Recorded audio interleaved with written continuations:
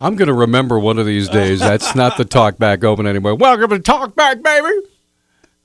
Let me tell you who's sponsoring our fantastic show today. Hit it, Peter. Ow! Ow! Yeah, right on, baby. Okay, yeah, I'm sorry. It's brought to you by the Mustard Seed Asian Cafe. Just roll with it, baby. I've got my voice back so I can There you go. do it without hacking my lungs out. Anyway, Mustard Seed Asian Cafe, Southgate Mall, Kootenai Creek Village, the maintenance-free active adult community in Stevensville.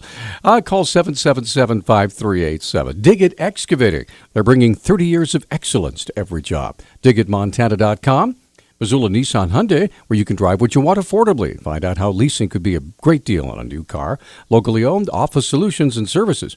Download their Office Shopper app for purchases, barcode scanning, and to search for products.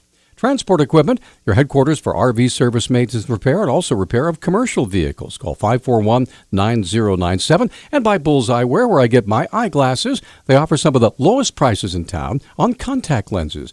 Lynette is waiting to serve you at 2910 South Reserve. My fellow Americans, if nominated, I will not run. If elected, I will not serve. And if impeached, I will not leave. How's that? That's pretty good. Thank you.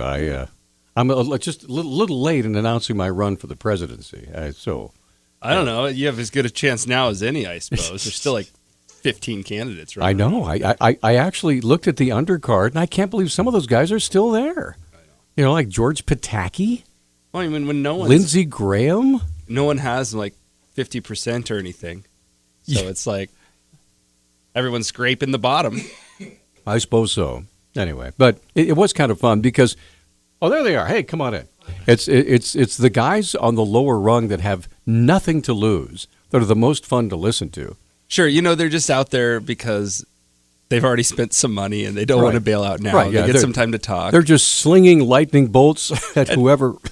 Who knows? It might help their next run for whatever campaign they're going for. Whatever they're going to run for re-election for. Sure. And I think that one of the big things is all of them want to back out magnanimously and endorse someone, but none of them know who the heck to endorse or feel confidence in who they might endorse. That's a really good question now. If you were, say, a Pataki or a Lindsey Graham, whatever, who would you endorse? I mean... Well, I know who those two would endorse, but I think it gets a little bit more questionable for the other lower end. Well, Rick Santorum, who would he endorse? I bet Rick would endorse Cruz. I bet Pataki would endorse either Christie or Rubio. I bet. What was the other one you asked? George Pataki. I already said Pataki. Oh, Pataki. I think he would because he'd probably Lindsey Graham. Christie's up in his neighborhood. They're similar on many issues. Rubio's kind of a similar temper. So anyway, we do have our guest in studio. That's right. Came in. How's it going, Paul? It's going just fine, thanks. Cool. This is Paul Haber. He's a professor at the University of Montana, political science department, right? That's right. And it is political science on the radio. Did you happen to watch the debates yesterday? No. Okay. You didn't watch the debate? Of course, I did not. It's debate number, 461 or what? Yeah. Yeah, there's going to be a lot this year. Eventually. I don't watch them all. You can watch the reruns. Actually, the only episodes that matter are 4, 5, and 6. You can skip 1, 2, and 3. Okay. That's what I've heard. Maybe a different game. Like Downton Abbey or what? No, it's like Star Wars. Come on. I'm sorry. Comes out tonight. Jeez. So we're talking with you about Latin America. But before we get there, I want to talk to you a little bit about the University of Montana and the budget cuts that are coming. I'm shocked. I know. But since I was told that we could talk about this, so I'm happy to. Go ahead and tell us a little bit of your thoughts on this. And do you think that some of the liberal arts are a little under threat or not? I mean, that's some of the tenor we're getting from other professors at the University of Montana. Is that your point of view, or? Well, the shoe has not completely dropped yet in terms of how the University of Montana overall, and then the liberal arts and the social science departments that have been identified by a metric that is a bit difficult to understand exactly what the metric that was used to determine. You mean who got the axe? Who is posed to get the axe? Sure. Which is still undefined about what the axe means. Wow, it sounds. So most departments. Let me guess. The legal department built up the framework? I don't. Because it sounds really cagey. I don't actually think so. No, but joking. that's been part of the controversy. Oh, yeah. Around the university, just trying to figure out the process by which the decisions were made. So to hear the president tell it, the way that the process works is those that had more invested in them in the recent years and haven't paid off are the ones that are getting the axe. No. I've never heard that said. Okay, now what I wanted to ask you is or read the various schools within the University of Montana. There's a business school, the law school, pharmacy, school of pharmacy, things like that. Mm-hmm.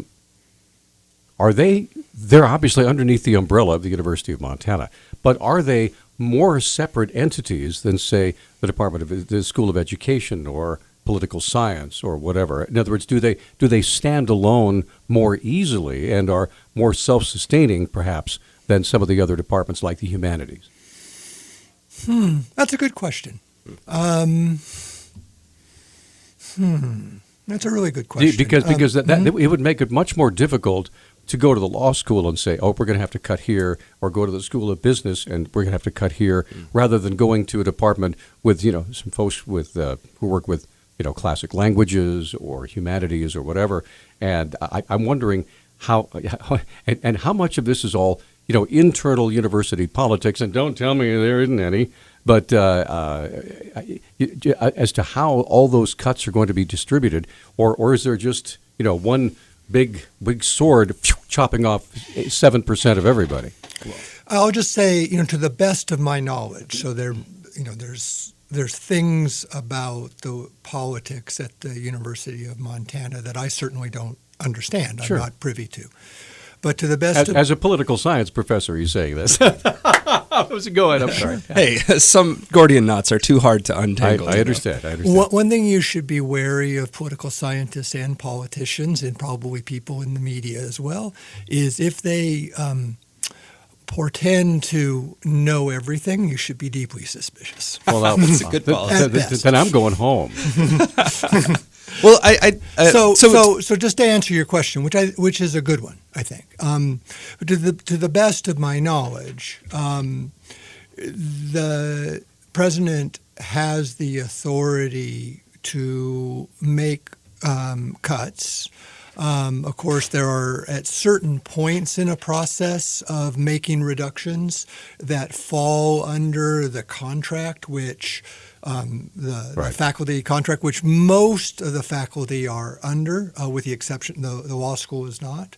But I think that he actually has the purview to do that, to the best of my knowledge. Now, whether or not that gets used in exactly the same way for all the schools, that's another question, particularly those that generate a lot of funds. I want to step back to make sure I understand what everyone else understands. It's been my understanding from talking to other professors, from listening to Engstrom's speeches, that the departments that were getting cutbacks were those that seemed to be underperforming, or those that didn't have as many students, where there were less students than expected in the classes. Yeah, it's basically is that what you understood as well? The economic law of supply and demand. Have you looked at the president's 6-page memo?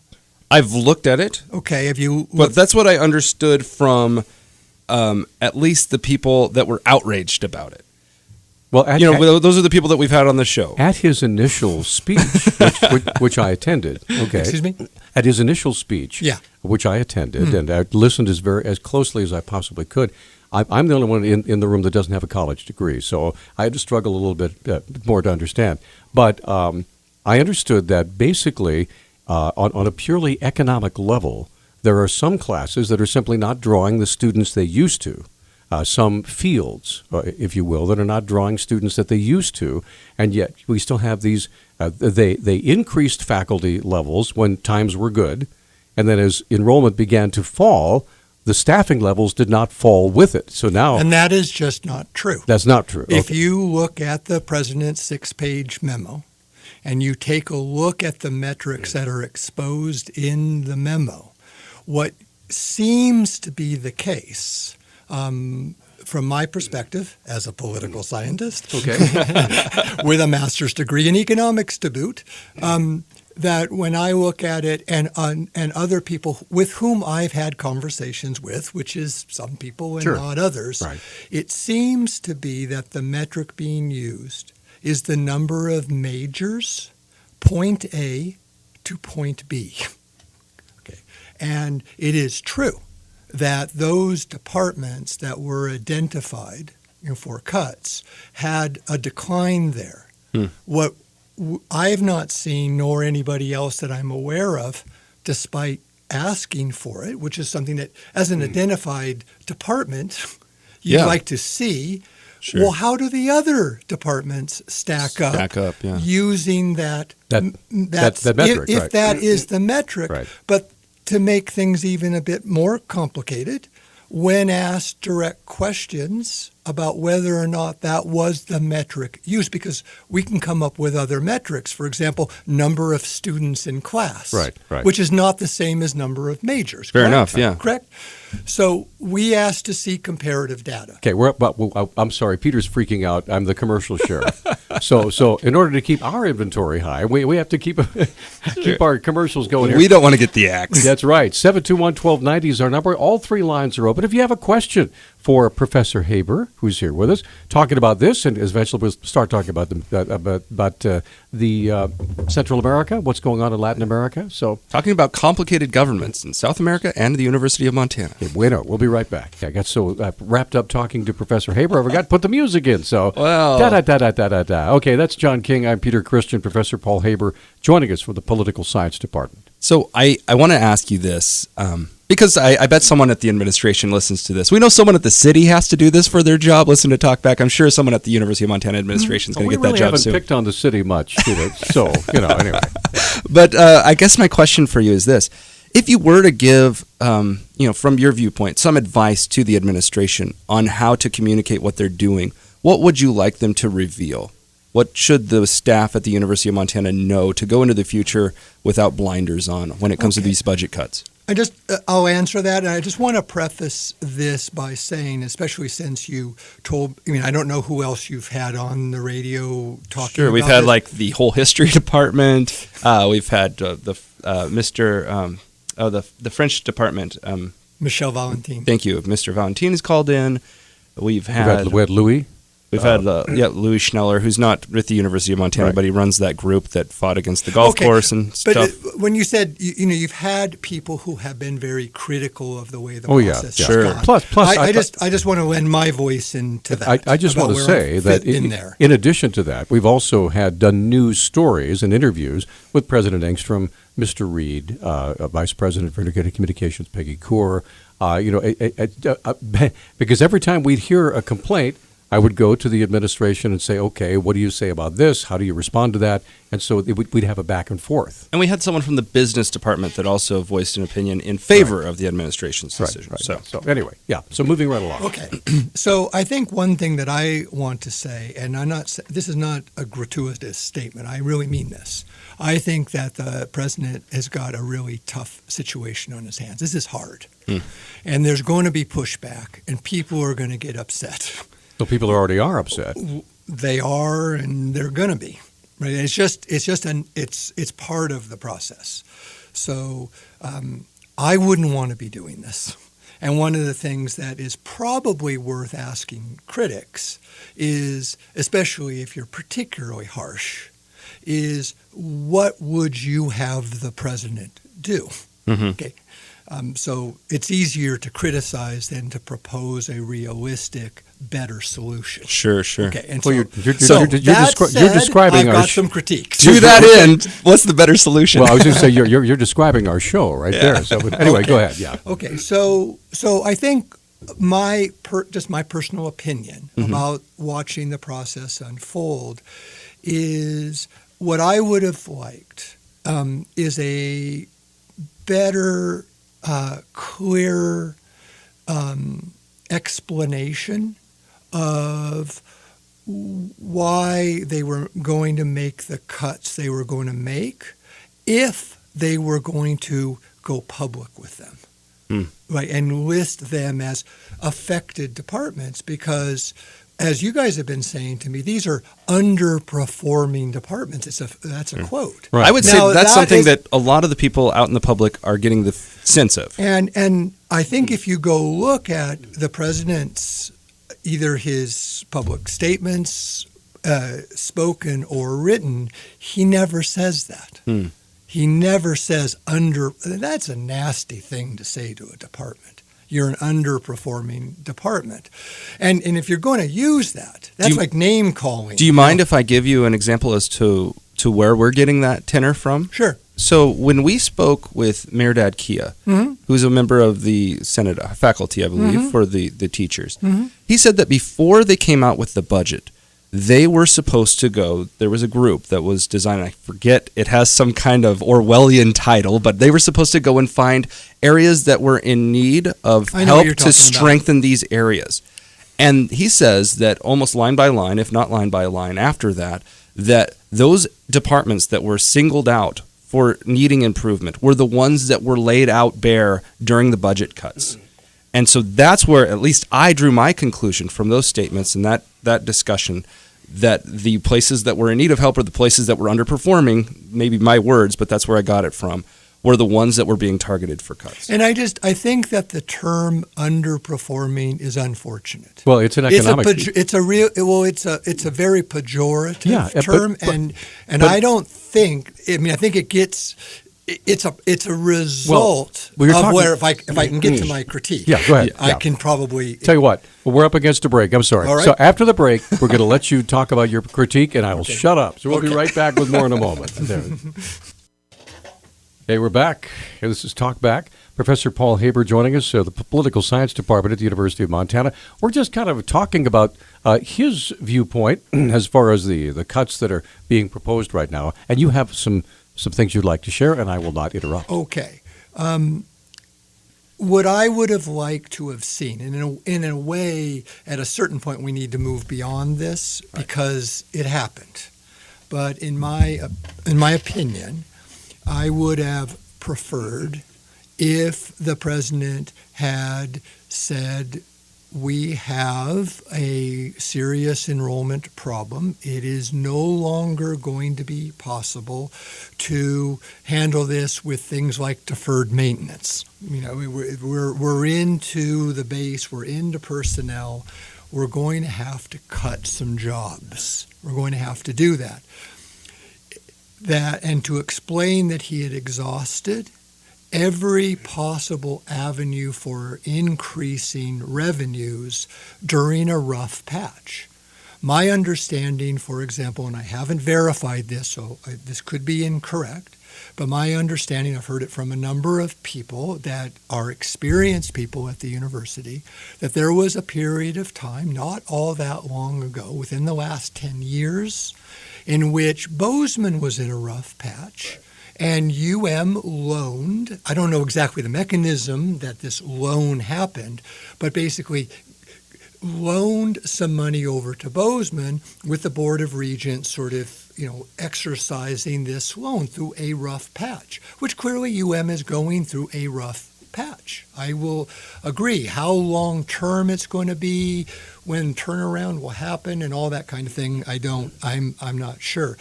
But for the president to have explained really fully how he, and perhaps even have gone to the governor and said, might there be a way for us to access some funds to at least help us through this? So once increased revenue through a rough period of time had been explored, then what I wish he would have said is, we're going to have to do some reductions of staff and faculty, but not to have gone through a naming of departments. I don't understand the utility of doing that in a public way. It seems to me it would have been a much calmer process, and nothing would have been lost by just saying, we're going to have to make some cuts. I'm going to sort of leave it to the deans to do that, or work with the deans to do that. And then once the cuts were made, then if need be, I guess there's a public interest in where those are, then the logic for those cuts to have been explained very clearly. That's what I would have wished to have been the case. Now, is it possible to go back to that? Or is the genie out of the bottle? I get the sense that the genie's out of the bottle, but I guess I don't know. I asked you earlier what you think the administration should do now as far as making things clear going forward to try to correct any of these problems that you see now. What do you think they should do? In 30 seconds. I guess I don't know whether or not it is still possible in the very short run to make a intelligent set of moves to expand revenue to at least cushion the blow. I'm not sure if that's the case or not. Hang on to that point. We're going to continue. And Tyler, I apologize we couldn't get to your call. But if you want to hang on, we'll get you on in the next hour. You get a patience award. Yes, absolutely. Big patience award. Yeah, we'll come right back. Stay with us.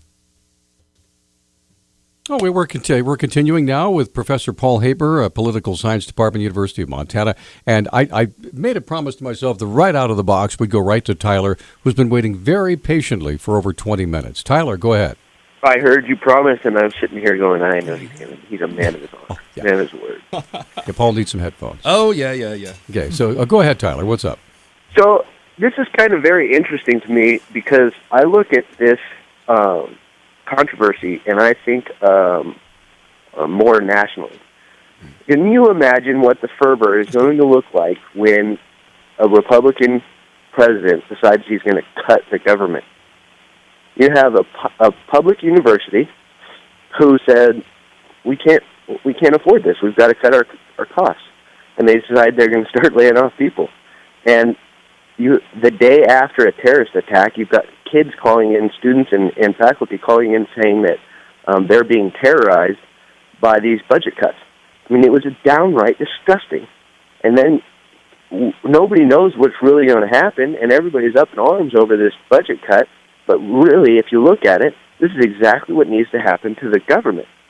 And in the big sense, if we can't even cut a public university, we're going to have a huge problem cutting the government.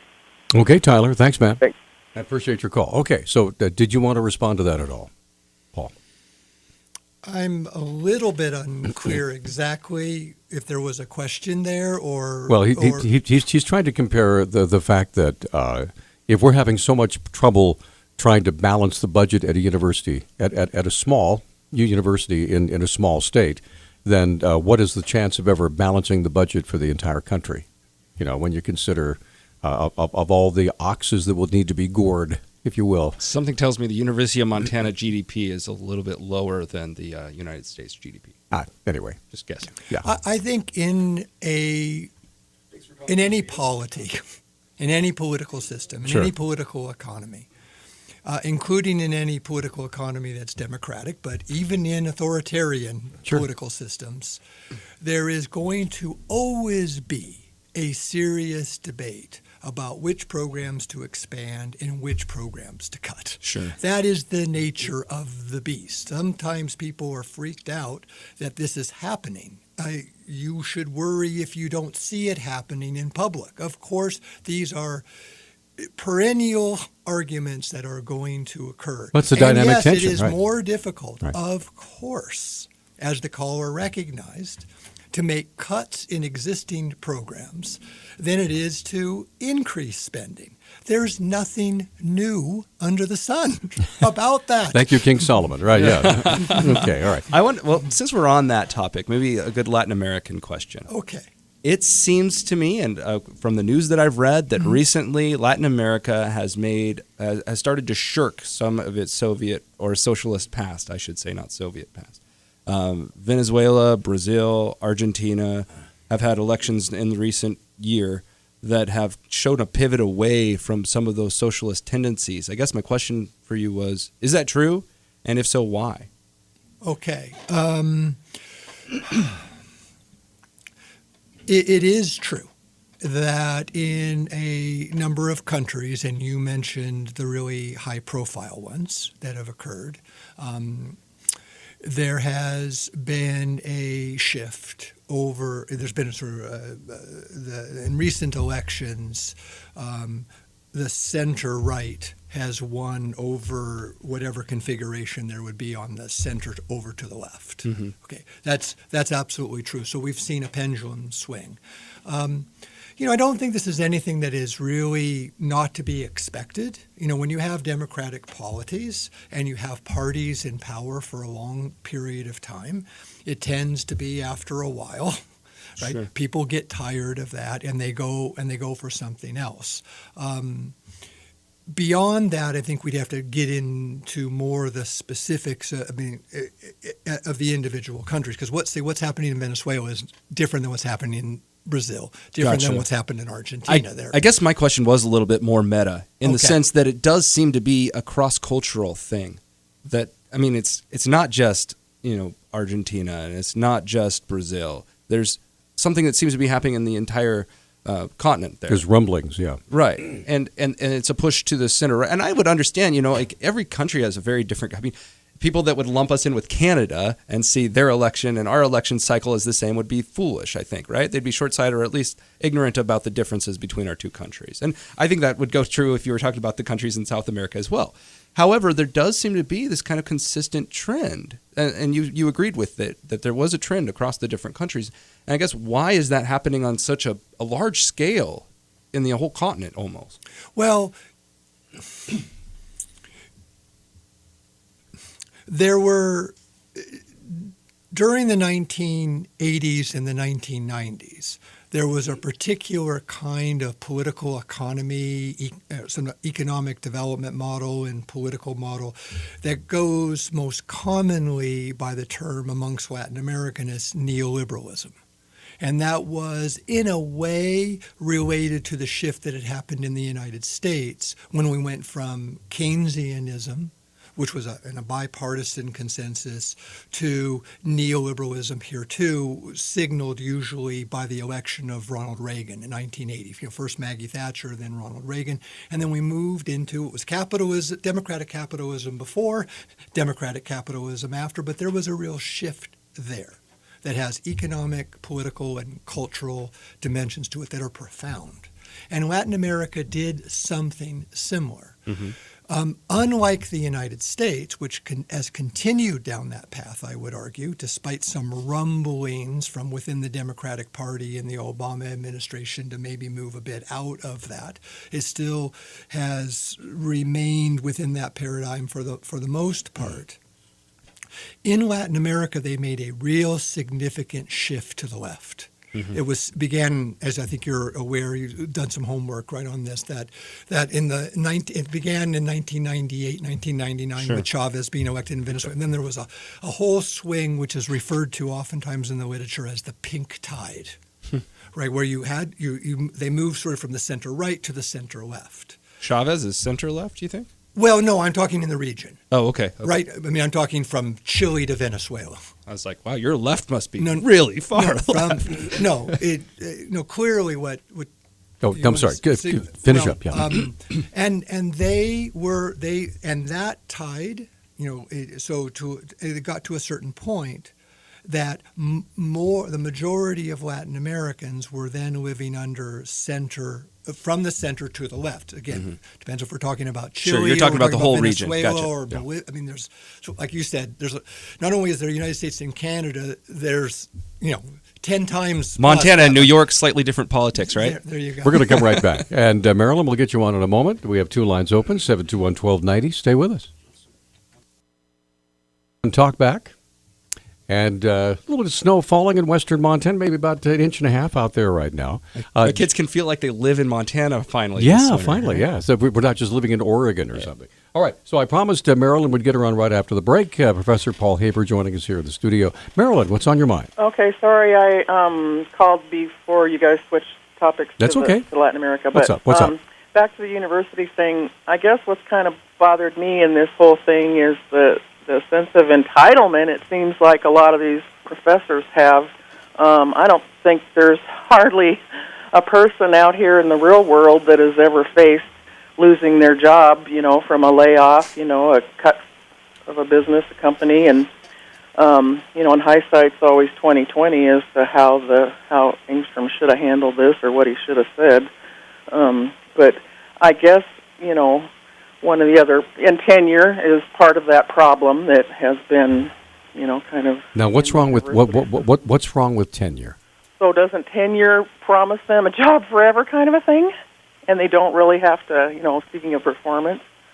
But I guess what really bothers me about is the students. My question is, the students now that have a liberal arts major, are they going to have to switch their college, or can they still continue to go there and take the same class? Well, from what I understand, in my conversations with President Engstrom and some of the other folks, that the students who are on a particular track they'll do everything possible to help them continue on that track through graduation.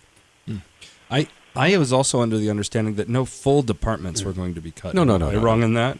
Okay, yeah. So you should have. They're not going to board up the humanities. The problem is that there might be classes you need, but they can't fit you in, and that's why it would be a struggle to finish. Is my understanding. It may be more of a challenge than it was before. Let's put it that way. All right. Well, okay. Thanks, Marilyn. Appreciate the call. Okay, so.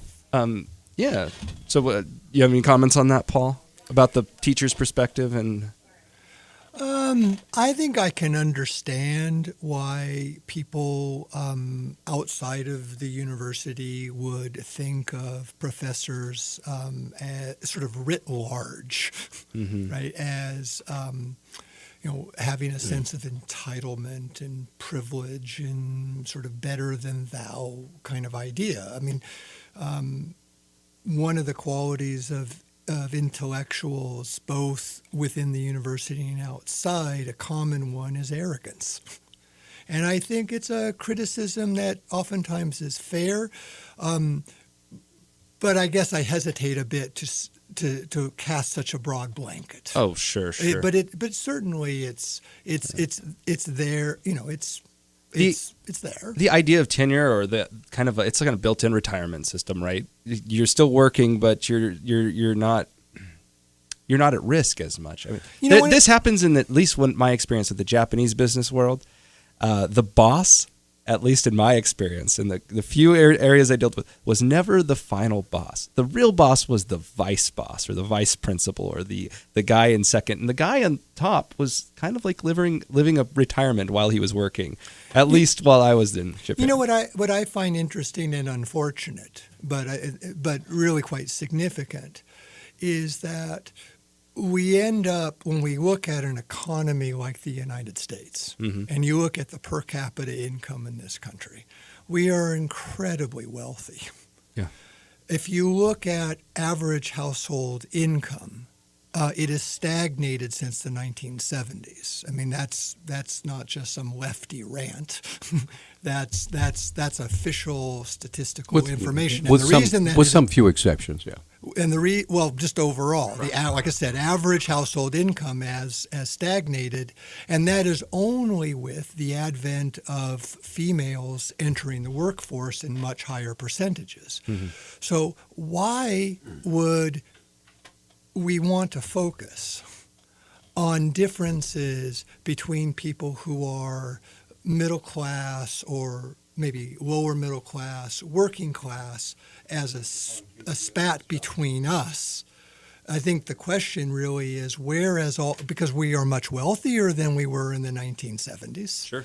So I just think I think it's average. Unfortunate, and it's something that very wealthy people only sit back in glee to look at people struggling to be in the middle class or enter the middle class, that we fight amongst ourselves, and that's the spat. That's ridiculous. I think the way you pose that sounds a little ridiculous to me. I mean, frankly, I know wealthy people that don't sit back in glee laughing at the poor and the middle income that we people. argue amongst ourselves about the distribution of income between the whole ourselves. Idea, it's very fortunate. But the whole idea that it's like some kind of class struggle between the wealthy and the middle. I mean, it's always been a class struggle. It has not. I honestly don't. There are very few. Well, yeah, and the countries that view it as a class struggle end up having that class struggle and winding up under totalitarian dictators. And America hasn't been that kind of a country. So you have we have a ladder. We grow, we move, we thrive, and it's because we celebrate individual differences, and we don't hold those individual differences against each other. Whether that difference happens to be that your parents were wealthy, or your parents were African American, or your parents were Italians. I mean, that's the brilliance of this country, is it doesn't matter that much. The brilliance of this country is that we've had stagnating household income for 40 years. That's not what I said. Well, it's a fact. Well, yeah, but Are you arguing the fact? Are you saying that for the last 40 years that the lives of average Americans have not improved? The average. You're only looking at one metric. I'm looking at income. Well, I'm looking at the average lifestyle. Is the average American live more comfortably and more secure now than 40 years ago, do you think?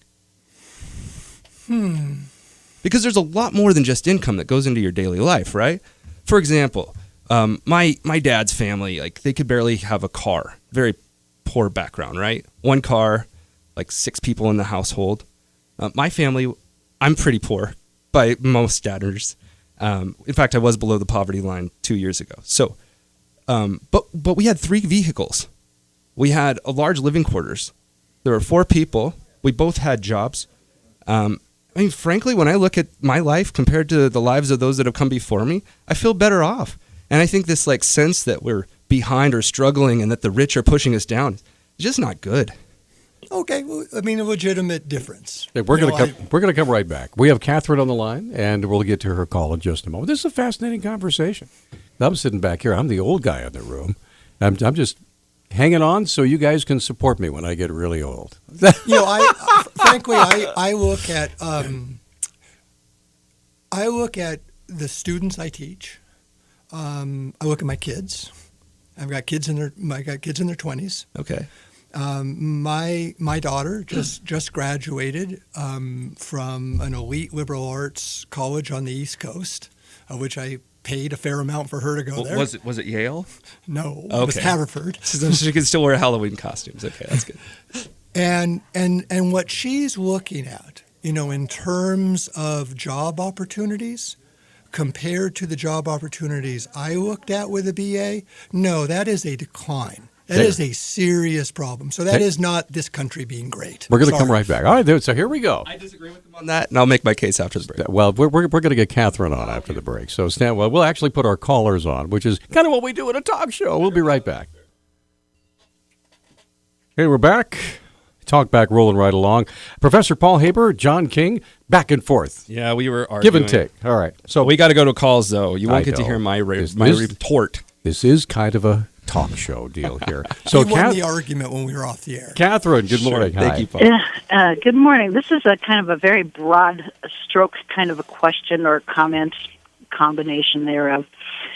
North America, which was settled originally by northern European countries, developed more in a Protestant or maybe more of an individualistic manner. South America, originally settled by southern European countries, I'm thinking mostly of Spain, of course, but was more influenced by a Catholic mentality. And liberation theology, which is a Jesuit construct, took hold in the South American countries, South and Central American countries. Liberation theology has elements in common with Marxist thought. So I was wondering, how much does Roman Catholic thought and theology have in common or actually influence the ebb and flow of politics in South America? Good question. Paul, what do you think? Great question. Thanks, Catherine. And thanks for bringing us to Latin America. Which, believe it or not, was the reason he's here to talk. Yeah, that's right. Yeah, there's burning current events. That's right. Open phones talk show. You can't expect what you want to expect. Again, thank you, Catherine, for the question. It's a really good one. And as you obviously know, because as you were clearly indicating in your question, you know something about Latin America and Latin American history. So what I'm going to say next, you already know, but maybe to the readers more generally, it's important for them to know, is that the overwhelming majority of Latin Americans, if you ask them in surveys for their religious affiliation, they're Catholics. overwhelmingly so, although they have a decline in church attendance just like has occurred in the United States and in many other places in the world. The Catholic Church in Latin America is extremely complex. We were talking about the University of Montana, cakewalk compared to the Catholic Church. And so there has been, for as far back as my memory of Catholic Church history goes, there has been in a sense, you could, if you want to use these labels, which I think can be useful, although they can be misused, there's been a left, there's been a center, and there's been a right. And Latin America as the place on the planet that contains the most Catholics of any other place on the planet, they, of course, have had a left, a center, and a right. And the Catholic Church has been involved since the conquest, 500 years plus, in the politics in what we now call Latin America. So, and that has not ebbed. They continue to be involved in politics, as I'm sure Catherine, you already know, and some other listeners may be aware, is that the Pope is an Argentine. He's actually the first Latin American Pope there's ever been, which Latin Americans, I will just let you in on, say, it's about time, since where most the Catholics are, and clearly the Pope is intervening in political discourse. I mean, popes are actually supposed to do that. It's called public life. And so, yes, the church is involved, and it's involved in different ways. And in every national church, like if we go to Argentina, or if we were to go to Venezuela, or if we were to go to a more conservative country like Colombia, for example, the church is complicated there. There's a left, a center, and a right. There's church people who are more involved in politics and less involved in politics, and weigh in. So that's what I could say sort of at a general level. We could get into the weeds. But I guess she was also trying to draw a contrast between the North and the South, and when it comes to the two Americas, and that Protestant-Catholic divide. And she was sensing, it seems from her question, some kind of I noticed she used the term kind of individuality with Protestantism and not with Catholicism. How do you think that divide is shaped up, separating these continents?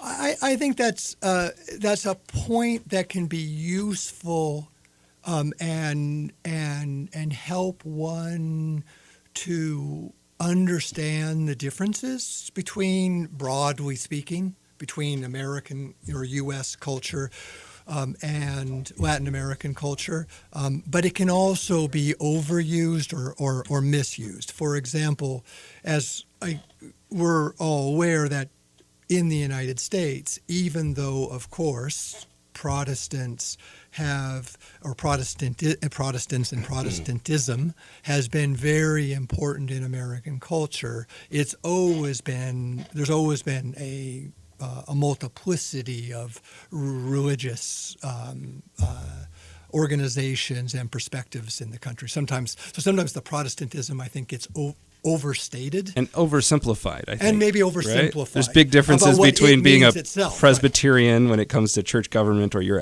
view on the world, and being a Mennonite, right, both of which are Protestant groups. Right, and if you sit down with a group of Mennonites, right, or if you sit down, with a group of Lutherans, or even fascinating to me today, if you sit down with a group of who are now called Christian fundamentalists, or Christian evangelicals, there is a diversity of views. It's a big tent. It's a big tent, even within evangelicals or whatever. Yeah, we're up against a break. Stay with us. A fascinating conversation as always that Peter always ruins by interrupting with commercials. So we're going to come back. We have Jim and Dave, and we have one line open.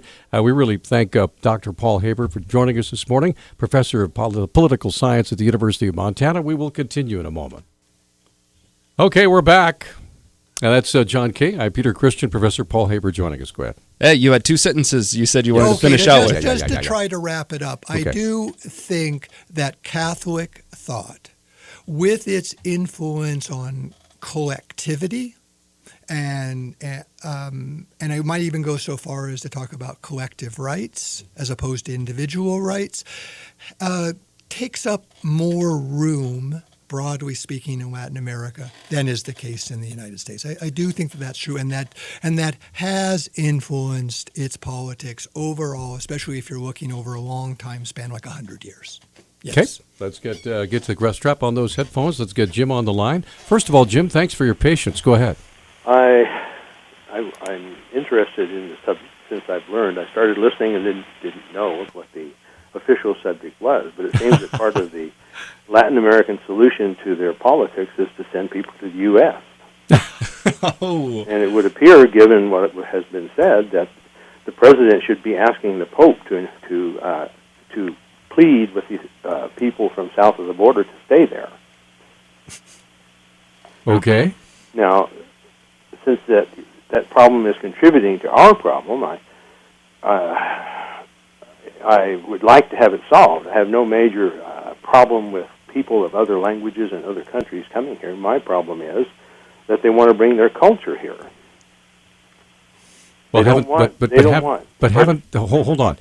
Haven't they always done that? I mean, Ellis Island is a good example. No, I'm not talking about their culture. I'm talking about their government. Oh, I see what you mean. Okay, gotcha. They want things run the way they were run, where they come from. So why not just stay? Well, I guess it depends on who you talk to. Yeah. Talk to the Rubios and Cruz out there. You might get a different opinion. I think it's very different from particular countries. Well, I tell you what. I'll ask Professor Haber to comment on it. What do you think? On Jim's comment, did you have any sort of reaction? Is he still on the line? No, he's gone. I guess if I could talk to him, I would ask him what he's basing that on. I don't know what he means when he says that Latin Americans coming to the United States want to bring their form of government to that. I really honestly don't know what he means. Okay, so let's get to the next caller. So this will be Dave. You're on with Professor Haber. Go ahead. Yeah, good morning. I'd like to say that, our government has had a long history of involvement in people's lives and subsidizing business. And you can go back to when government bought a huge chunk of land in the West called the Louisiana Purchase, and then proceeded to give the land away to its citizens. And you can even talk Lincoln when he subsidized the development of the steel industry. I mean, our government has been involved in helping people in their lives from the beginning. No, hold on. Are you talking about the government favoring certain people over other people, or favoring corporations over people? Well, both. I mean, they've done invariably. They've done both. You can't subsidize one group without hurting another group if you pick and choose. Mm-hmm. Everyone seems to believe that we developed this country individually, but the reality is government had a large role in helping this country to be what it is. And I think people need to realize that there is a role for government in people's lives. So I think that the last one is almost an obvious statement, though. I mean, to say that the government has a big role here, I guess unless we had a country that had almost an anarchistic government, that would be the case in every single country. Right. I mean, it's inevitable. The government picks and chooses winners. So are you in favor of that or not? I'm just telling you the history of what happened. Okay. But there's degrees in that, right? Certainly there Some is. governments pick a lot more winners than losers than other governments. Right. But it's not like we did it all ourselves. Government had a huge hand in turning this country into what it is. I guess it depends on who you are. I mean, my ancestor, who had a bearskin rug for a door and negotiated his own treaties with the local Indian tribes, had very little influence from his government at the time. Me, on the other hand, I mean, I've gotten subsidies all over the place and all kinds of benefits for having kids, etc. So it just really depends on when you grew up here. Right, but even your ancestor was probably his bearskin rug was on government land. He got a charter from the king. Yeah. Okay. Well, that's government. That was the government at the time. Yeah. Well, it's either through government or through conquest, Dave. So. Right. Well, or buying it. we've done both over the time. Okay. Well, thanks for the call. Yep. Appreciate it. Good old Robert King, also a notorious drunk. But he probably made his own. He probably made his own booze, though, right? I don't know. Anyway, so yeah, but moving right along. I guess I would. The thought that occurs to me with Dave's point. I mean, I'm in fundamental agreement with him. I think a democracy is in a very unfortunate position when government is looked at as the bad guy. And the essential problem, to the degree that that has been the case in our country. 200 years? Well, no, not really. You cannot read the Constitution and not get the sense that government could be the bad guy. For the preamble even. Since the government has been identified as a primary obstacle, as Ronald Reagan said very explicitly, if you compare that to President Eisenhower, you see a sea change. During the 1950s, 1960s, now I'm sort of picking like the heady days, of the contemporary historical period, how people thought about government was fundamentally different than how they think about it today. Sure. We would not be having this same conversation in 1965. I think 2 world wars and the need for a strong centralized government to protect us helped to drive that sense. Oh, no doubt. But I don't think it's the native sense of the United States of America. If you read the Constitution, it's pretty clear they were pretty scared of the government. These were the guys that created the government. Fair enough. But they put a lot of checks and balances. I mean, this is grade. But that's a different This is ninth grade, and this is the stuff that everybody knows about the fear of a totalitarian dictator here. Here's my bucket of cold water. We'll be right back. Stay with us. Don't go away. Okay, this is Talkback. 721-1290 is our number. John King is over there, our special guest in studio. Dr. Paul Haber, he's a professor of political science at the University of Montana. And here we are. So, yeah, I have some Latin American questions for you. Okay. All right, here's a couple. Here's 2 big threats that I see coming for Latin America in the short future. One, it's my understanding that most of Latin America is commodity driven. The markets are based on what they produce, and since China appears to be drying up the amount that it's buying, I think that's going to negatively affect the continent in the near run. The other big threat, it seems to me, is at least a story I read yesterday. It is now more likely than not that if you're a Latin American kid, you don't have a father, that your parents are not married. In some countries, it's 84%. I think that was the NPR. I can look it up after this discussion. But for the whole continent, it's more than 50% of children don't have married parents. And in some countries, it's higher than that, significantly. And at least when that scenario plays out in the United States, children grow up without 2 parents, the odds are that they have worse outcomes, just statistically. And I'm wondering if this is going to play a role in Latin America and why this is happening. Okay, maybe while I'm answering the first part, you could I'll look that up for you. The second one, because sure. I wasn't aware of those kinds of statistics. But on the first question that you asked, it was an observation first that many countries, not all, but many countries in Latin America are highly dependent, their economies are highly dependent on commodity exports.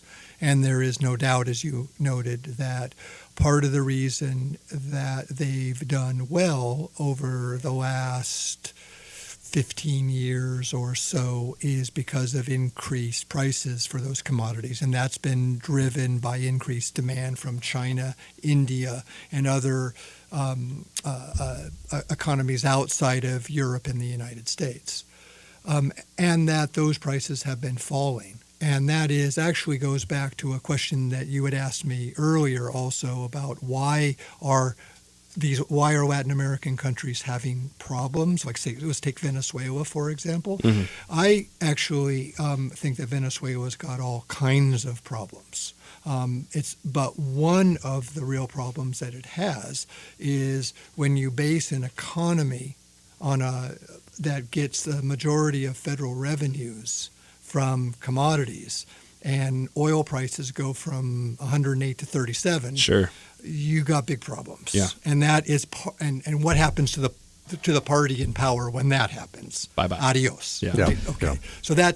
So you're absolutely right. So the fact that they have become as dependent on commodities is a major debate in Latin America that you cannot understand in left-right terms. It's not like the left thinks this and the right thinks that. Just is what it is. Well, but just there's all kinds of people who are thoughtful and knowledgeable about the political economy that have weighed in on, oh my God, we are becoming overly dependent. On commodities. It's almost a kind of like going back. Some people go so far as to say looks an awful lot like a kind of neo-colonial relationship. We're like still exporting, our sort of basic products, and that's never been good. That's not a good development. So I have the stats on the Yeah, other one. This is from National Public Radio, which I would never plug. They already get my tax money. I don't need to plug them on a private radio station. But here we go.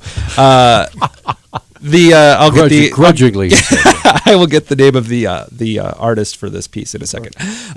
The Latin America is now the region, I'm quoting now, that has the highest percentage of children born out of wedlock. In Colombia, 84% of all children are born to unwed mothers. Argentina, Mexico, Chile, and other countries throughout the region have similar numbers, with well over half of the children born out of wedlock. In less than a generation in Argentina, the traditional definition of a family has given way to new interpretations. Okay, and with that, hang on. Let me plug the name of I don't want to get in author, trouble yeah. for, It was on NPR, and it was produced by Lourdes Garcia Navarro. Okay, we're going to come right back. 1 minute timeout. Stay with us. We'll be right back. Okay, we're coming right back, and we are back. There, just like that. 721-1290 is our number. That's John King. I'm Peter Christian. We've got Dr. Paul Haber joining us from the Political Science Department of the University of Montana. I do have a caller, but you guys are right in the middle of Actually, you don't. Oh, thanks, John. Bye-bye.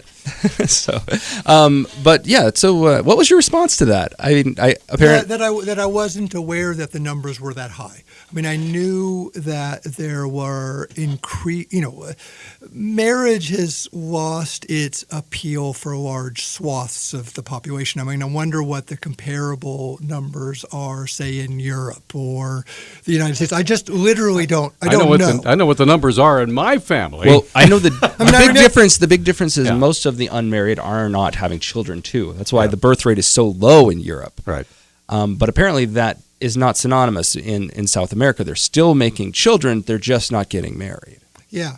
And remember I said earlier in the show, if you ever interview somebody who is knowledgeable about an area and they don't say, I don't know, at least once or twice, you shouldn't trust them. And so this is interesting to me. I mean, I didn't know the numbers were that high. Yeah. And I really don't have a good explanation for it. Interesting. And I have not really thought about the ramifications and implications of it. So it's a good point. Okay, allow me to, maybe artlessly, bring together all of the things we've talked about so far. Ooh, that's a big task. Okay, you ready for this? I'm waiting. I'm going to try to spin my little web here. Okay. The fact that the University of Montana is going through such upheavals and problems right now in probably every single department, okay, is it affecting the way you do your jobs on a day-to-day basis with your students? In other words, if in the back of your mind you're thinking, am I going to still have my job in a year? Am I going to still have my job in 6 months? Does that not necessarily affect how you do your job today when you're talking to students about Latin America, Central America, these sorts of things? Are these arguments in the back of your head, are they interfering at all? Or if you can imagine a creative writing class or whatever class it might be, humanities, music, you name it, drama, are those things not creeping into the foreground of how you do your job and negatively affect how you're interacting with your students? Well, like I said earlier, I get to sit here, and so do other critics, with the benefit of hindsight, and say, boy, if I had it to do, I would have done it this way. Of course, imagining that it would have gone better when you do that, because, of course, my way of doing it doesn't get tested. But that is why, and I mean that sincerely, but nonetheless, that is why I had made the suggestion I made before, that I think it's unfortunate the way it was rolled out by identifying specific programs, but then not saying right away what it was going to mean. Because as it turns out, the best information that I've got is that we're going to deal with, we have a $160 million a year budget. Right. We have to come up with 10 to 12 million over the next 4 years. The sky is not falling. Right. Okay? Yeah. We will deal with it. I think that's why I wish it would have been done quieter, because I just don't see the advantage of, as one person said at one point, the way that it was rolled out was at once too vague and too specific. Right. Now, I guess my question, to expand it a little further, and be a bit more specific and clarify. I wonder if there's any way of surveying, if anybody would even be honest about talking about it, how much class time with professors, TAs, students is being spent not talking about the history of Latin America, the economics of whatever, but rather talking about what's happening to our school, what's going on, what are you doing about it, what can we, you know what I mean? So the actual process of getting an education is it being, and again, speaking as the only one in the room that doesn't have a college degree. Okay, so I wonder if maybe this discussion is not permeating everything that's happening at the University of Montana, and in a way, negatively affecting the way people feel about their university in total. I don't think it's permeating the classroom. Okay. I think most faculty are going I'm just curious. And they're doing what they're doing. And, of course, I'm not privy to what's going on in every classroom. Right. But I would say that the thing to do, my personal opinion is, to the extent that you're going to bring the question into the classroom, which is certainly appropriate in some classes more than it would be others, then use it as real life material to understand. Like, for example, I teach in political science, trying to help students to think politically. Well, this is a political question.